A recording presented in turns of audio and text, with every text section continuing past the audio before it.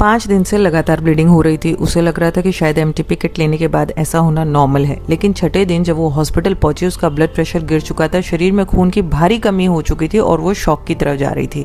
सिर्फ एक फैसला और उसकी जान खतरे में पड़ गई। आज मैं आपको एक ऐसा ही रियल केस बताने जा रही हूँ जो हर महिला और हर परिवार को जरूर जानना चाहिए।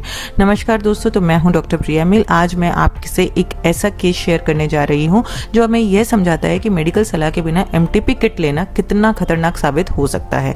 कुछ दिन पहले इमरजेंसी में एक महिला आई। उनकी हालत इतनी गंभीर थी, चेहरा बिल्कुल पीला था, बहुत ज्यादा कमजोर थी, चक्कर आ रहे थे और ब्लड प्रेशर भी काफी नीचे जा चुका था, मतलब वो शॉक की तरफ जा रही थी। जब हमने उनसे और उनके परिजनों से बात की तो पता चला कि कुछ दिन पहले उनका प्रेगनेंसी टेस्ट पॉजिटिव आया था। उनको ऑलरेडी 2 बेबीज थे, तो उन्होंने डिसाइड किया कि मैं एमटीपी किट खाऊंगी। किसी की सलाह पर उन्होंने बिना किसी गायनेकोलॉजिस्ट से मिले एमटीपी किट ले ली, जो कि आसानी से मेडिकल की शॉप पे मिल जाया करता है। दवा लेने के बाद ब्लीडिंग शुरू हुई। शुरू में उन्हें लगा कि ये इस मेडिसिन का नॉर्मल सा असर है, लेकिन ब्लीडिंग लगातार चलती रही।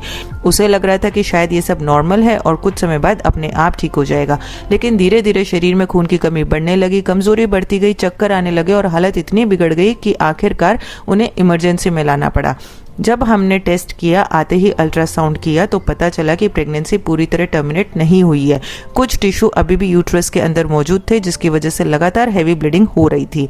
उस समय सबसे जरूरी था मरीज को स्टेबल करना।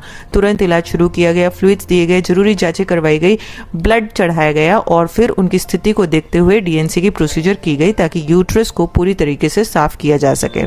प्रोसीजर सक्सेसफुल रहा, ब्लीडिंग कंट्रोल हो गई, मरीज की हालत भी धीरे धीरे बेहतर हुई और फिर वो ठीक होकर अपने घर चली गई। लेकिन ये कहानी हमें एक बहुत बड़ा सबक देकर गई। भारत में एमटीपी पूरी तरीके से लीगल मेडिकल प्रोसीजर है। अगर प्रेगनेंसी शुरुआती हफ्तों में है तो डॉक्टर की सलाह के अनुसार दवाओं की मदद से टर्मिनेशन किया जा सकता है, लेकिन उससे पहले कुछ जरूरी बातें जानना बेहद महत्वपूर्ण होता है। डॉक्टर यह कंफर्म करते हैं कि प्रेगनेंसी यूट्रस के अंदर ही है या नहीं, प्रेगनेंसी कितने हफ्तों की है, मरीज को पहले से एनीमिया या कोई दूसरी मेडिकल समस्या तो नहीं है, दवा लेने के बाद सही फॉलो अप हो रहा है या नहीं। फॉलो अप बहुत ज्यादा जरूरी है। मैं यह वीडियो किसी को डराने के लिए नहीं बना रही हूँ, मैं यह वीडियो इसलिए बना रही हूँ ताकि लोग समझ सकें कि एमटीपी कोई सामान्य दवा नहीं है जिसे बिना जांच और बिना मेडिकल सुपरविजन के लिया जाए। याद रखिए, उस मरीज की किस्मत अच्छी थी कि वह समय पर हॉस्पिटल पहुंच गई, लेकिन हर किसी को दूसरा मौका मिले यह जरूरी नहीं होता। इसलिए इंटरनेट, दोस्तों या मेडिकल स्टोर की सलाह से नहीं, अपने डॉक्टर की सलाह से फैसला लीजिए। धन्यवाद। मिलते हैं अगले वीडियो में एक और महत्वपूर्ण मेडिकल जानकारी के साथ। Bye bye.